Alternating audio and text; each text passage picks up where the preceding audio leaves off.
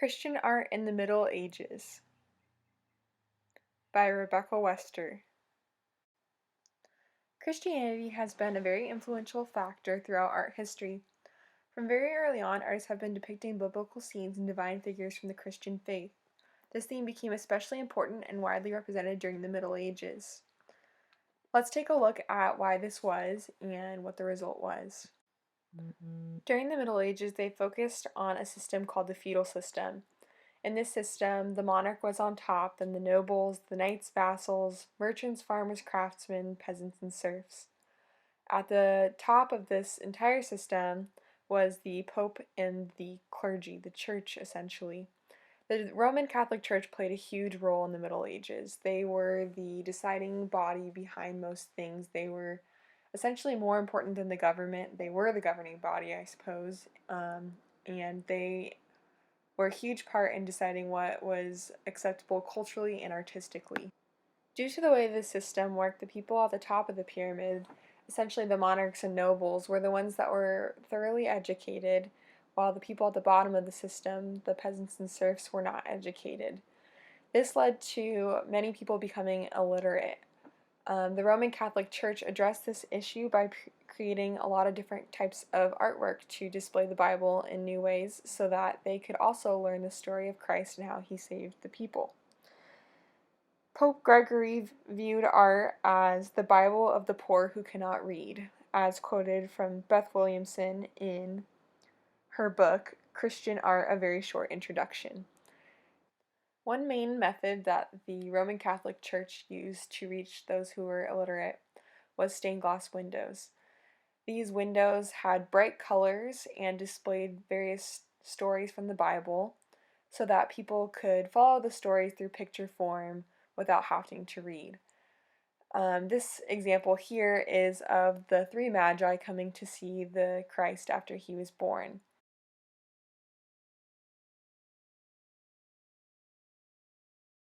Another common form of art during this period were illuminated manuscripts. Now, these were more for the rich.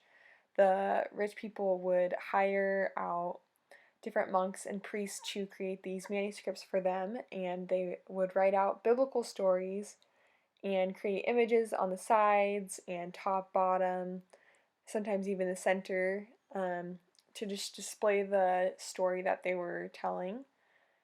The artworks often featured gold leaf plated into the images, and they were very richly and ornately done. This particular one shows Christ being crucified, and it tells the story of Christ's crucifixion.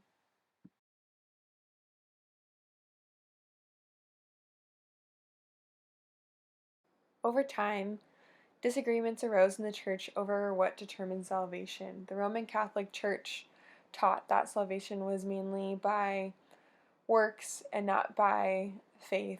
So many different priests had a problem with this. In particular, one such priest was Martin Luther. He was very disturbed by the church's selling of indulgences, which were documents that guaranteed someone's faith that could be bought at marketplaces, in front of the church, pretty much anywhere. People believed that if they bought these documents, then they would be saved, and that essentially contradicted the Christian faith.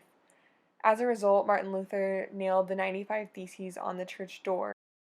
Christianity affected the art world in two important ways. First, in many branches of Protestantism, people questioned the existence and use of religious art in church services and rituals, including communion. Secondly, it questioned how people depicted Jesus. Images of Jesus were the most common type of art at the time. Artists displayed Jesus in various scenes: Jesus in the garden, Jesus in the wilderness, the resurrection, the crucifixion, the Last Supper, etc. The Reformation marked a change in themes presented. Prior to the Reformation, artwork emphasized Christ's humanity and the need to lead lives modeled by Jesus, lives of service and loyalty.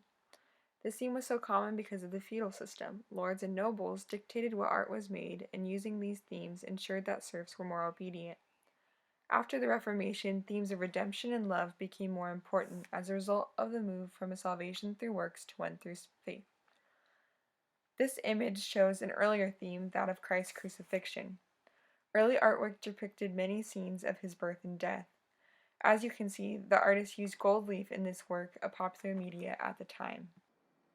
In creating images of Christ, artists were able to master their depictions of the human form. In scenes, they captured emotional states, figures in action, figures as saints, figures in pleasing arrangements, etc. This focus on the human form challenged artists and invited them to experiment with the proportions of the human body and facial expressions. These endeavors allowed artists to grow in their ability to portray humans, noticing and capturing the small details that bring figures to life.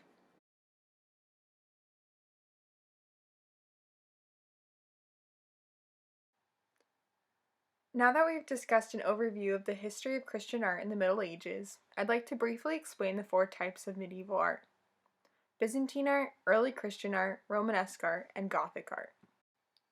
Byzantine art was popular from the year 330 through 1453 AD. It was developed in Constantinople and it is considered to be a mix of Roman and Asian art. Human and animal forms were not used in this type of artwork because depictions of such images were considered to be by many idolatry. Early Christian art was popular from 330 to 880 AD. It was mostly developed in countries along the Mediterranean, which makes sense considering the fact that most apostles did their ministry in this area. The popularity of this type of art grew rapidly following the Roman Empire's decision to officially adopt Christianity as their primary religion. Romanesque art was developed in France and other western regions of Europe from 800 to 1150 AD. Romanesque art typically looks very foreboding and grand in appearance. As the name implies, it was taken largely from the Romans. Gothic art developed from 1150 to 1500 AD. It emphasized verticality, utilizing stone structures that seemed almost skeletal in appearance. This style was commonly used in cathedrals, featuring pointed arches and flying buttresses. Cathedrals are another important art form left behind by this era. The church was at the center of life for people in the Middle Ages. Towns found community and social connections and involvement with the church. The church gave them hope and peace in a time where life was very unpredictable. Churches not only were places of worship, but also served as schools, libraries, museums, and picture galleries. As such, the people invested fully in their architecture. They built immaculate and beautifully detailed cathedrals. Today, these cathedrals are visited by tourists and marveled for their architecture. This specific example is the Canterbury Cathedral, located in England. It was first created in 597 AD and was rebuilt from 1070 to 1077 after it burned down. It is the oldest cathedral in England still in use and an excellent example of Gothic architecture.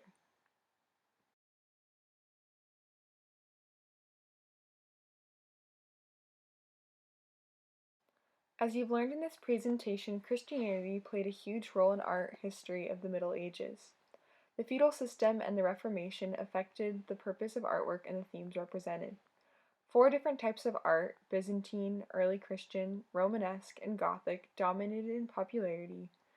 Cathedrals, the center of medieval community, are a great representation of architecture at the time.